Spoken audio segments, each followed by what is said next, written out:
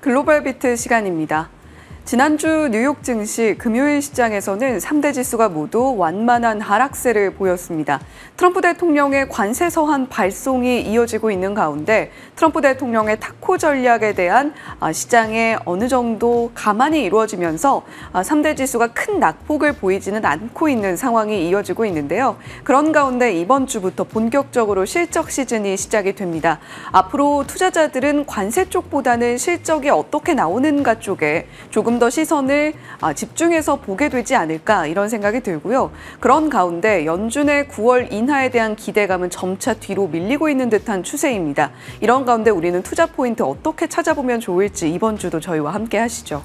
계속해서 사상 최고가를 경신하고 있는 미국 증시, 과연 이번 주부터 발표될 실적들이 그것을 정당화할 수 있을지 아주 관심이 쏠리고 있습니다. 일단 이번 주 준비하기에 앞서 지난 금요일 시장 상황 자세하게 함께 확인해 보시죠. 금요일 지수는 소폭 밀린 채 거래를 마쳤습니다. 전일까지 나스닥과 S&P 500 지수가 연속적으로 올타임 하이를 경신했다 보니까 약간 쉬어가는 하루였다고 볼 수가 있겠습니다.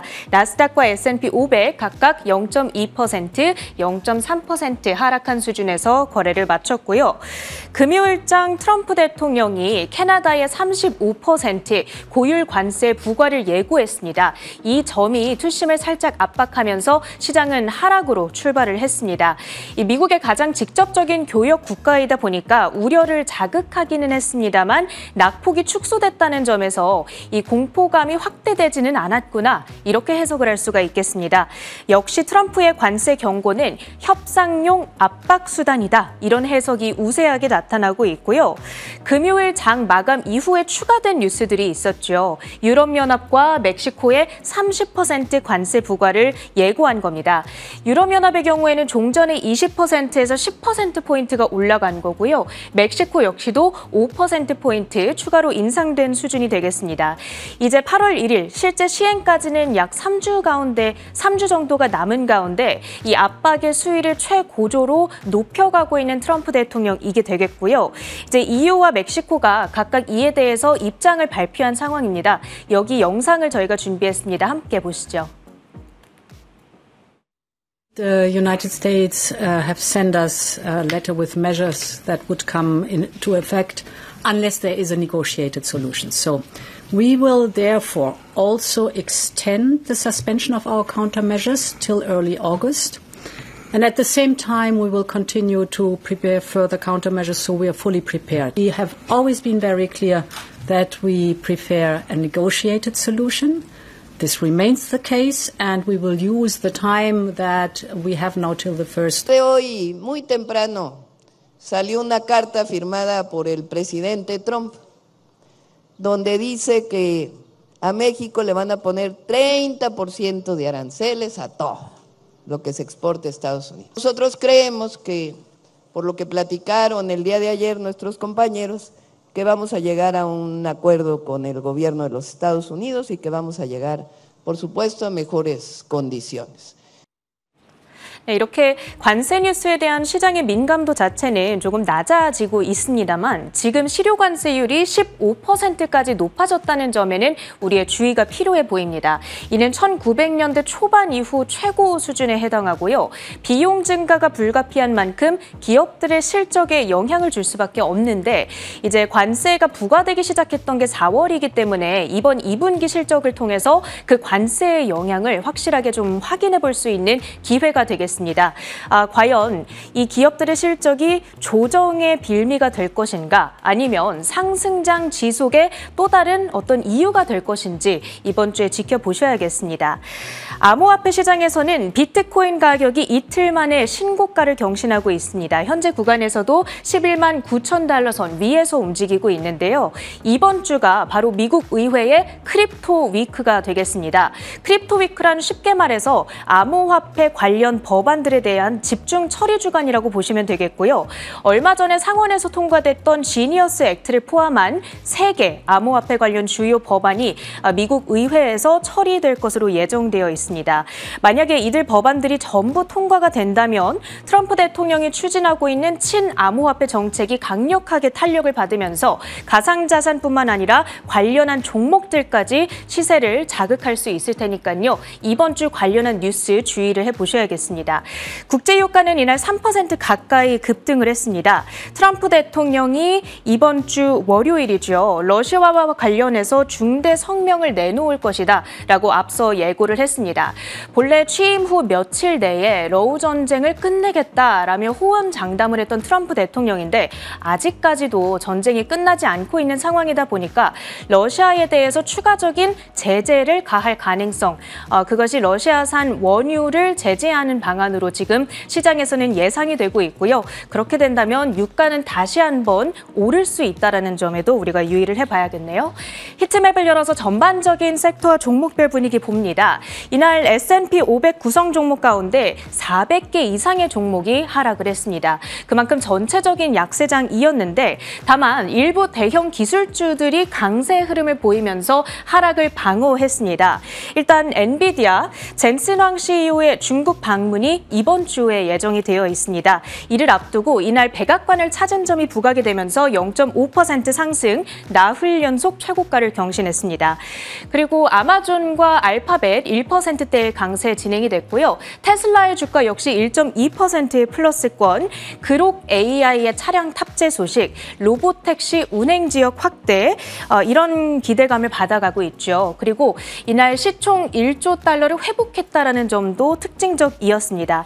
다만 주말 사이에 앱스타인 문건을 빠르게 공개하라라고 트럼프 대통령의 머스크 CEO가 또 압박을 가한 상황이다 보니까 정치 리스크가 부각되며 이번 주에는 또 흔들림이 나오게 될지 지켜봐야겠습니다.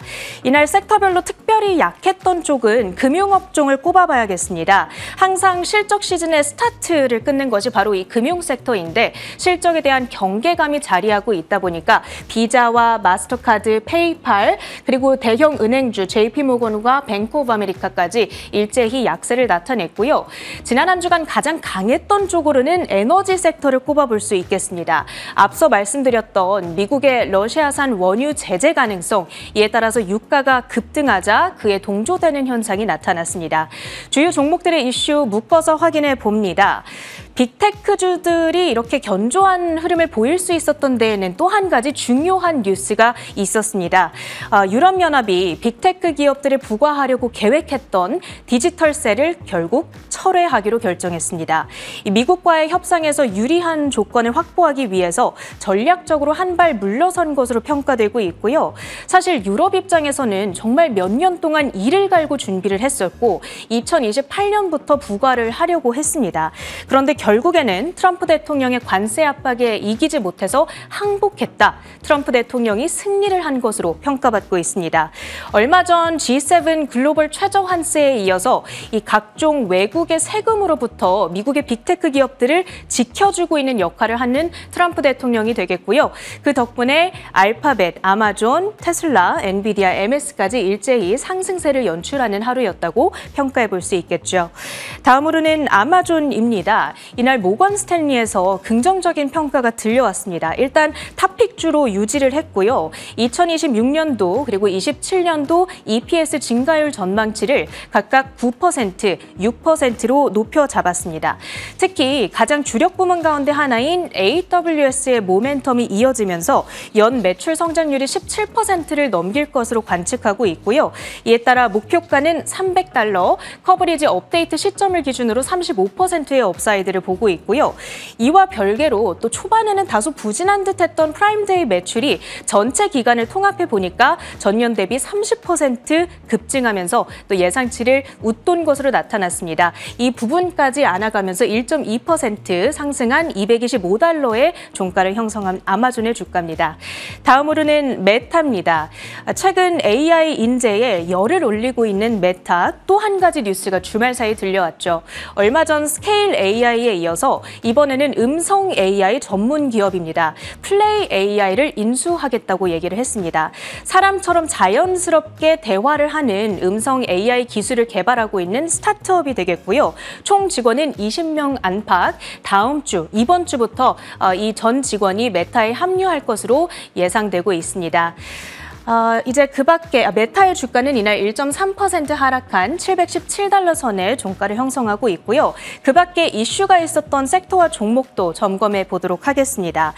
이날 드론 테마주들이 강력한 시세를 내줬습니다.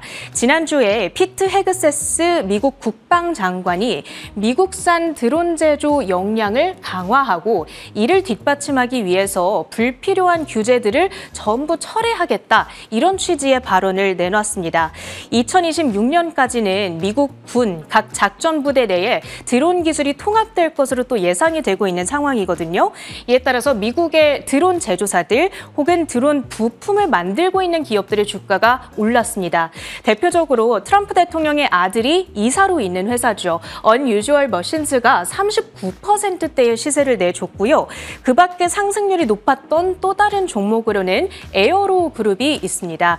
에어로 그룹은 이날 29.73% 폭등한 28달러 선에 거래를 마치고 있고요. 그 밖에도 레드캣 홀딩스라든지 에어로 바이론먼트, 우리에게 익숙한 드론주들이 일제히 두 자릿수 상승률을 연출해냈습니다. 다음으로는 청바지로 우리에게 아주 익숙한 리바이스, 이날 장 마감 후에 실적을 발표했습니다. 2분기 호실적과 함께 연간 가이던스를 상향 조정한다라고 발표를 했습니다. 2025년도 회계년도 매출이 원래는 1에서 2% 정도 감소할 거라 그랬는데 오히려 이제는 1에서 2% 상승할 거다라고 이야기를 했고요. 특히 미국 외에 글로벌 판매량이 아주 견조하게 받쳐주고 있는 것으로 나타났습니다. 그 덕분에 높은 관세의 타격을 일부 상쇄시킬 수 있었다는 사측의 설명, 주가는 11.3% 뛰어오르면서 22달러 선에 거의 근접한 채 움직이고 있고요. 위클리를 기준으로는 12.3%의 상승률을 가져갑니다. 마지막으로는 한 주간의 일정까지 확인해 보시죠.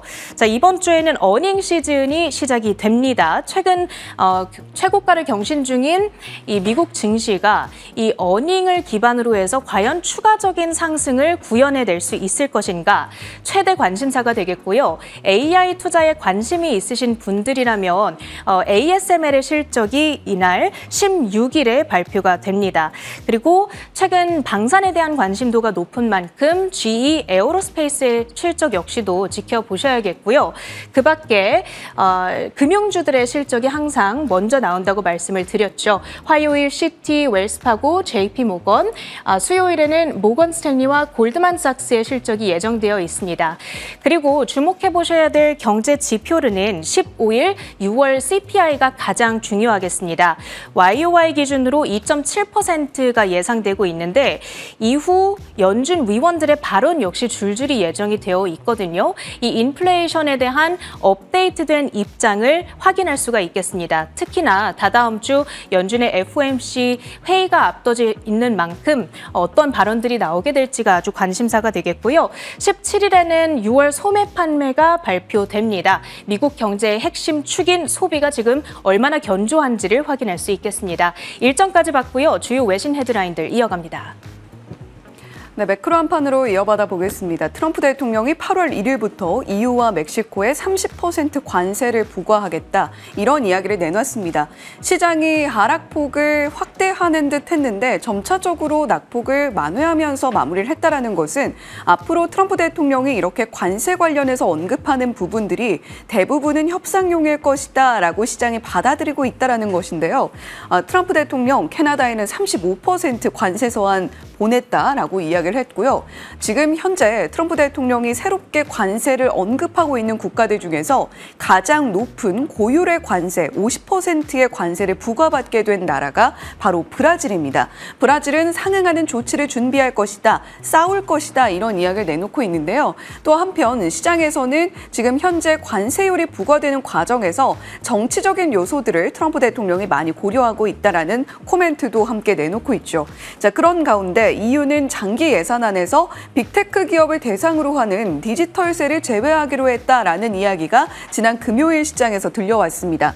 빅테크 기업을 대상으로 하는 디지털세의 경우에는 이전에 캐나다와의 무역 협상에서 스콧 베센트 재무장관이 디지털세는 결국에 미국의 빅테크 기업들을 대상으로 하는 것이고 현재 글로벌 경제의 주축인 빅테크 기업들에 대한 규제 또는 세금 부과는 결국 미국에 대한 공격으로 간주가 될 수밖에 없다. 이런 코멘트를 내놓은 바도 있습니다. 이에 따라서 EU도 협상의 카드로 디지털세를 좀 빼는 방안을 고려하지 않았을까. 이런 아이디어 가능해 보이고요. EU는 일단 30% 관세 부과를 받은 상황임에도 불구하고 계속해서 협상의 의지를 보여주면서 어떻게 좀 품목별 관세를 빼볼까. 특히 역시 EU 역시도 자동차 쪽의 관세를 좀 낮추기 위한 노력들 많이 하고 있는 걸로 풀이가 되고 있습니다. 자, 그런 가운데 파월 의장의 해임을 트럼프 대통령이 고려하고 있다라는 이야기가 또 한 번 전해졌는데요. 트럼프 대통령 공식석상에서 파월 의장 해임 없다라고 못 받기도 했습니다. 하지만 여전히 좀 불안해 보이는 파월 의장의 입지인데 7월 FOMC를 앞두고 있는 상황 속에서 연준이 계속해서 어떤 정책을 펼치게 될까에 따라서 파월 의장의 심경은 계속해서 왔다 갔다 하지 않을까 이런 생각이 듭니다. 자, 이번 주는 크립토 위크에 본격적으로 돌입을 하는 한 주가 될 텐데요. 비트코인 연일 사상 최고치 경신하고 있습니다. 이제는 12만 달러 선도 바라보고 있는 상황인데요. 현재 11만 9천 달러 선에서 거래 중이라는 점도 함께 참고해 보시면 좋겠습니다. 자, 관세율 주요국별로 어떻게 좀 부과가 됐는지 다시 한번 짚어보겠습니다. 상대적으로 낮은 관세율에 속하는 국가들 먼저 들여다보면요. 필리핀이 20% 새롭게 관세 서한을 부과받게 됐는데 이전보다는 조금 오른 셈입니다. 3%포인트가량 높아지면서 기존 17%에서 20% 관세율을 부과받게 됐고요. 일본 같은 경우도 24%에서 25%, 우리나라는 4월 당시에 부과가 됐던 25% 동일합니다. 자, 그런 가운데 유럽은 20%에서 30%로 높아졌고요. 멕시코의 경우에는 30% 관세 부과 받게 됐죠. 자, 다음 장 이어서 살펴보시면요. 캐나다의 관세율은 35%, 그리고 브라질 관세율은 기존 10%에서 50%로 크게 높아진 부분을 확인할 수 있습니다. 브라질은 현재 진보 정권이 들어서 있는데요. 현재 이 룰라 정권에 대한 좀 트럼프 대통령이 견제하는 차원에서 고율의 관세를 부과한 것이다. 이런 분석이 나오고 있고요. 좀 이번에 50% 관세 부과를 이야기를 하는 과정 안에서도 브라질의 정치적인 상황을 언급을 한 만큼 트럼프 대통령이 정치적인 개입의 가능성도 함께 언급이 되고 있는 상황입니다. 자, 지금 어쨌거나 관세에 대한 위협이 다시금 높아지고는 있는데요. 오스탄 굴스비 시카고 연은 총재는 이런 코멘트 내놨습니다.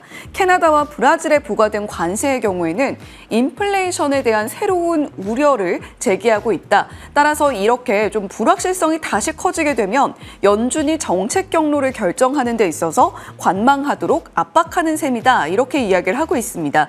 지금 계속해서 연준이 어떤 선택을 해야 될지 관세 정책이 정착되지 못하다 보니까 연준 내 고민이 깊다라는 것을 한 번 더 확인할 수 있는 코멘트이기도 했죠.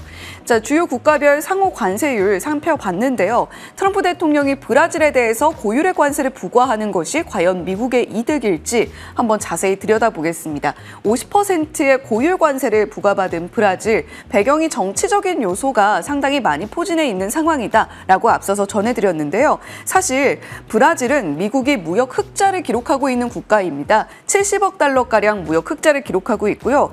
브라질과 중국의 교역은 중국에 440억 달러의 대규모 무역 적자를 기록하고 있는 상황이기 때문에 브라질을 견제하는 것이 실질적으로 트럼프 대통령에게 이득이겠는가, 미국의 이득이겠는가 하는 데 있어서 실효성의 의문이 제기되고 있는 상황입니다. 자, 다음 장 이어서 보시면요. 지금 중국 같은 경우는 미국에 수출하는 물량이 현저하게 줄어들었습니다. 5월 데이터인데요. 34.5% 대미 수출이 줄어든 상황이고요.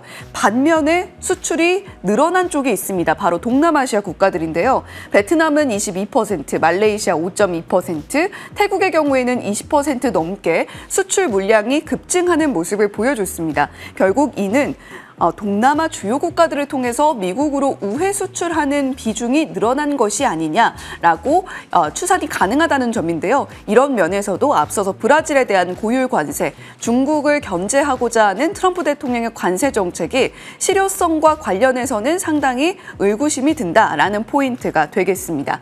자, 그러면 JP모건 8월 1일부터 실효 관세율이 증가할 것으로 전망된다 이런 이야기를 했는데요. 일단 전반적으로 관세율이 조금씩 높아지는 모습을 살펴볼 수가 있습니다. 아직까지 협상의 여지가 크게 열려 있다고는 하나 8월 1일부터 앞서서 살펴본 대로 국가들에게 고율의 관세가 부과가 된다면 실효 관세율이 높아지게 되고 소비자들이 체감하는 물가는 더욱더 높아질 수밖에 없다라는 것이 지금 현재 시장의 전망인 셈이죠.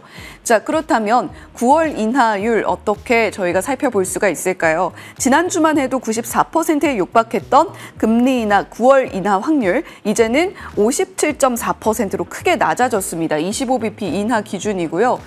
기존의 7월 동결에 대한 가능성이 훨씬 높았고 금리 인하가 미뤄진다면 그래도 9월에는 인하를 하지 않을까. 연내 2회 인하라는 전망 안에서는 25bp 인하가 9월엔 이루어지지 않을까라는 전망이었는데 그 숫자가 조금 더 멀어지고 있는 듯한 분위기도 함께 감지가 되고 있다는 점은 포인트로 삼아 보셔야 되겠습니다. 첫 번째 헤드라인 바로 이어가 보겠습니다.